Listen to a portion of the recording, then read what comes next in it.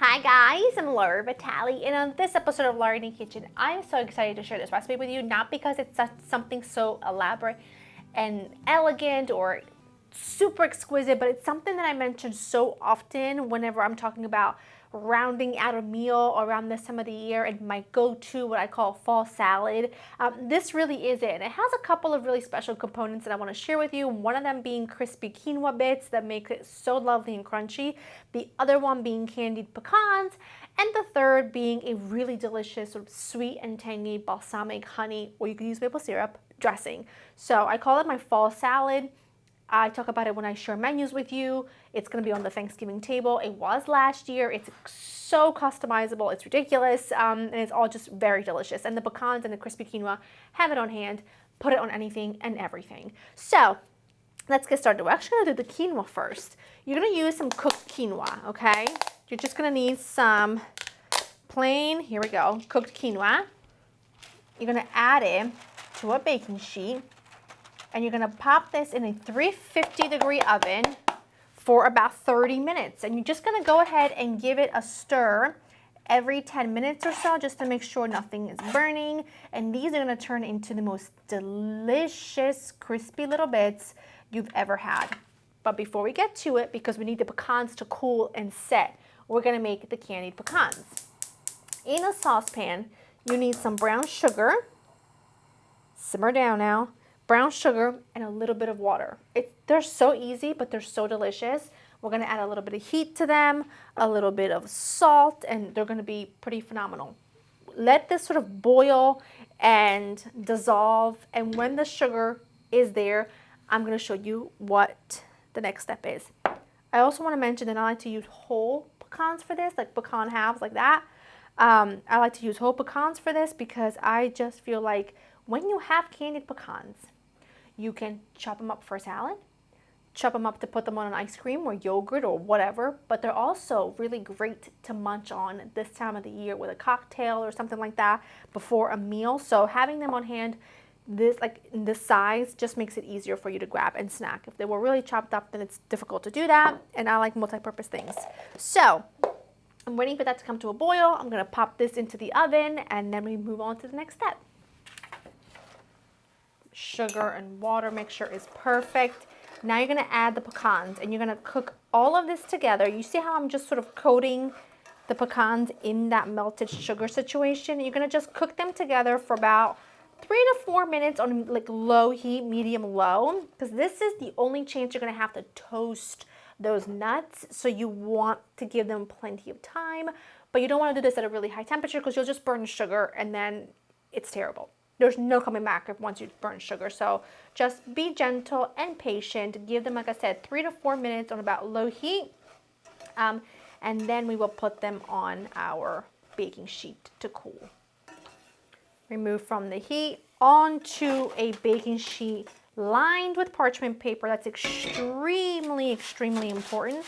And then you're kind of just gonna fan them out to a single layer as quickly as you can, because once these start cooling, they're gonna all stick to each other and be absolutely delicious, and you'll break them apart when you go to serve them. But for this, you really wanna make sure that they're like that. And then you're gonna hit them with a pinch of salt, because salt and sweet, it's just extremely important. Sometimes things taste even sweeter when they have a pinch of salt to really bring out that sweetness. And then I'm gonna do a pinch of cayenne, because again, salt, sweet, heat, it's just all things that I love. Make sure you do this when the nuts are really hot so that they have a chance for that salt and that heat, that spice to really sort of adhere. You could do a number of things. You could add cinnamon, you could add pumpkin pie spice, you could add anything you want to this. I like to keep them quite on the savory-ish side, simply because I love them in my salad. And I know that I don't necessarily love the idea of anything cinnamony in my salad. Okay, now that that's done, we are gonna work on dressing. So let me grab my chef's knife, because for some reason it's not where it's supposed to be. Hold on, because we need to chop a shallot. Now let me tell you, this dressing is so phenomenal as a dressing, but also fantastic as a marinade. So you've got some chicken that you want to marinate to throw onto stuff. This is a great marinade. I love it so much. It's really our favorite dressing at this time of the year because it goes really well with a salad like this that's got some sweet elements and then there's salty elements, and it's just divine.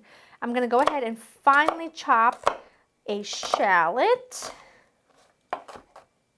Add some Dijon mustard. I added my shallots right to my mason jar. I tend to always make my salad dressings in my mason jar.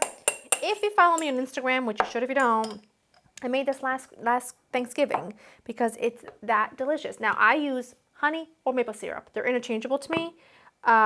They're both sweet, sticky elements to the dressing, and I like it. That's all you need to know. You need some honey.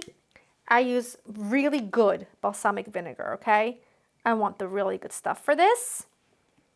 And then we're gonna use some olive oil. It's gonna be a really full jar, but I'm gonna shake it up and it's gonna be so good. I'm gonna add some salt, fleshly. We're gonna add some fleshly ground pepper. Whomst is fleshly? We're gonna add some freshly ground pepper and then a good healthy pinch of salt. And then I'm gonna put the lid on and I am going to shake this. This is from when I made blackberry jam. My lid, I'm gonna shake this until it's well combined. Shake it really well. Now, look how thick this dressing is, which is fantastic. I love me a thick dressing. But if you feel like, that is so good. So good. If you feel like it's a little too thick, instead of adding more olive oil, just go ahead and add like a tablespoon of water. It will just dilute it just enough to give you like a pourable dressing without having to add, like I said, more oil or anything like that, and it's perfect. And then the consistency is, see, it's perfection. And all you've added was a tablespoon of water, and it's perfect. Okay. The main components of the salad are pretty much done. The only thing I have to do is slice some apple, de-seed a pomegranate, wait for my quinoa to come out, and then we build the salad, which, like I said, it's really easy and really simple, and you can do whatever you want on it. You want to do pear, you want to do different stone fruit, you want to do different toppings, do you.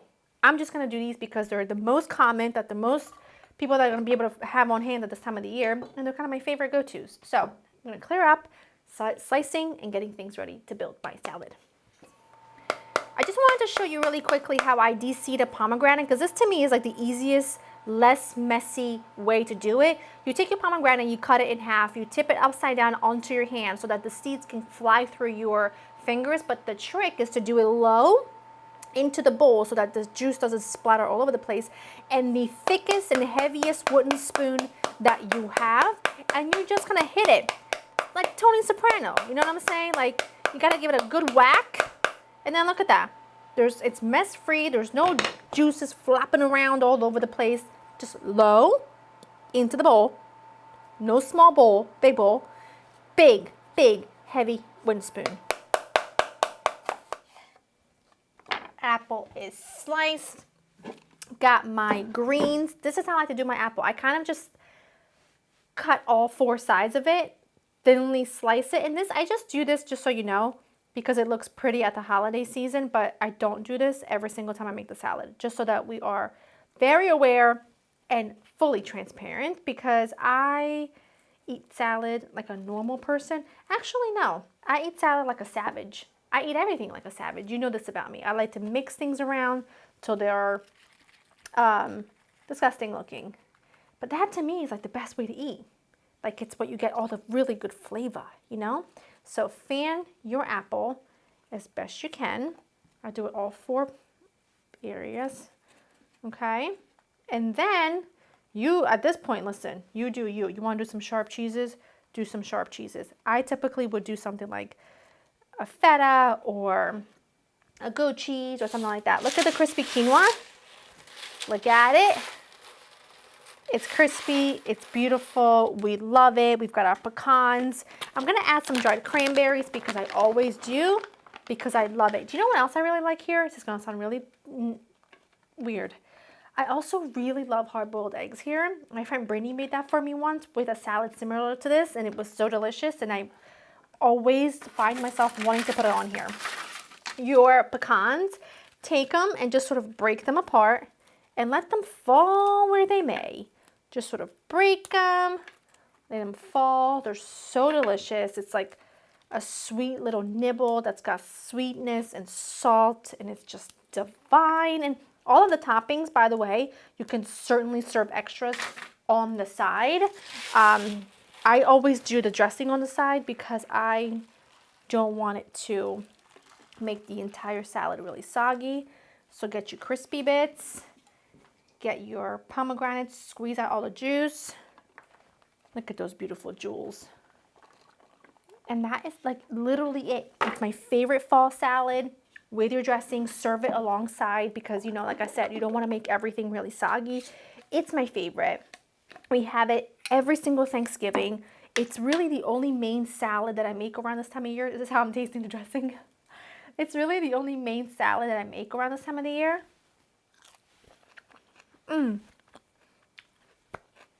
That dressing is so lovely. It's tart. It's pungent from the shallot.